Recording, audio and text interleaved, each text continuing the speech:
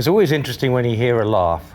And you just feel like, okay, the audience are there in the right place. So there are a couple of sort of, little. I mean, the film is not comedic, but all the films I do tend to have a little comedic kind of moment. So I'm looking forward to hearing that first laugh. You're going to be like, yeah, they're into it. Yeah. Shoulders down. Talk to me about coming up with why you wanted to do this movie, coming up with the idea. What was it about this that you knew was? Well, it was an idea I had a long time ago, just to try and do a sort of a very kinetic and sort of almost sort of purely cinematic kind of film that involved the kind of dual tension of the unexploded bomb movie and the heist movie. I hope it's kind of quite pure in its sort of cinematic qualities. Did you guess how it was all gonna fit, where it was gonna go, how it was all gonna fit together? I was totally surprised. I had no idea. I mean, I think it really keeps you guessing, this script. And there's a few big twists and turns, which, hopefully you don't see coming. I'm not very good at reading scripts, to be honest. But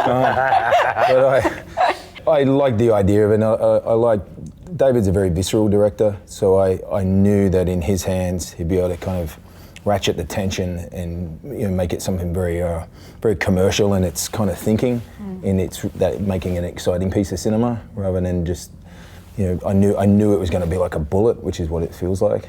Is it safe to tell people that you guys are on adversarial sides of the story?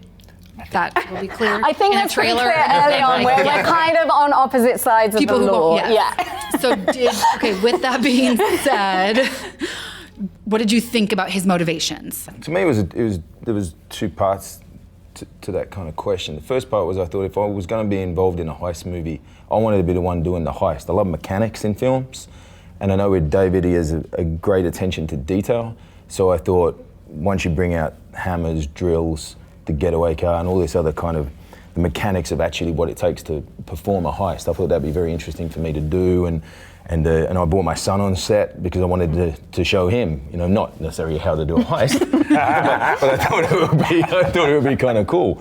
And secondly, when I read it, I thought, well, how can I help serve this story? So I kind of said to him, if I play one of the henchmen, I can give you something that might bounce give the other actors something to bounce off. And I really like being able to support actors like Theo and Aaron Gugu, but I love that idea because I get front row seats at some great performances, and that's how I thought I could help serve the story, by coming in and going, look, just let me play in that world, and I might be able to give you something that can increase the tension on that side of the story. When did you two know that you liked working together?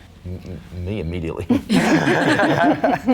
immediately too. We did a TV series in Canada, actually, Under the Banner of Heaven. I just really like the kind of way that Sam works, and it's very kind of instinctive and honest, and the way he finds stuff and takes opportunities. I like directors that create a great world and a solid world, and then let you play in that world. And I think that's kind of how we kind of organically create things. And the authenticity of this world as well. I mean, we had real advisors from the police, from the army, from, I believe, bank robbing. I don't know. But again, to second what you're saying, David creates such an authentic, grounded world. I mean, it was so exhilarating and fast-paced, all of the stuff that we had in the command center, in the police world, which in some ways you feel like you're removed from the action, but it never felt like that because we had these continuous long takes and the camera was always moving. We were so free to move, and it really just felt, as I say, sort of grounded and gritty and exhilarating.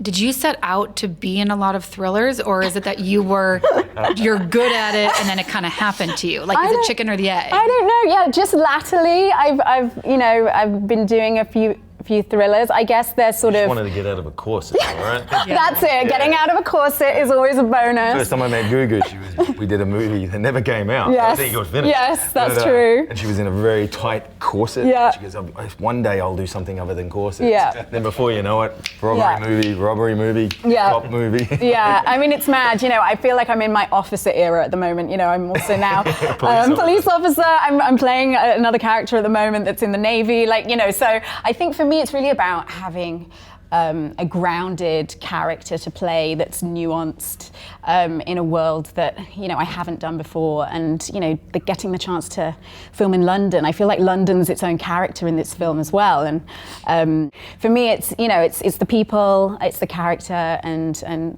sometimes it's the location too. The guys who are doing the heist, it's ingenious.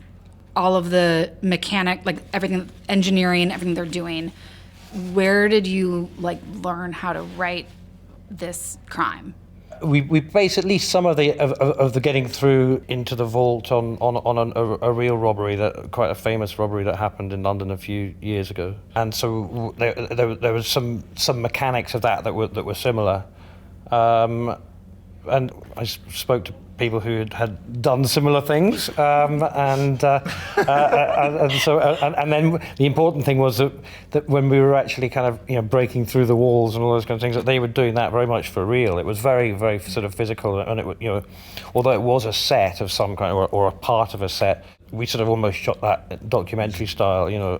Did the whole they really I didn't did. want to stop. I thought, let's just keep going. And I think you had guys who were willing to come in and help us take it apart. And I said, why don't we just keep doing it? And it was like the hottest day in London that day. I remember everyone was like, I wasn't in that scene, but I came onto that set later in the day, and the guys are like drenched in sweat, covered in dust, and you can feel the energy. You knew that you were really doing it for real. Keep drilling. I think the other actors thought we were crazy because they were waiting for a cut, and David just resets, and you just kept going and going. And I think then you see what comes out of it. You see the exhaustion it would take to actually perform that.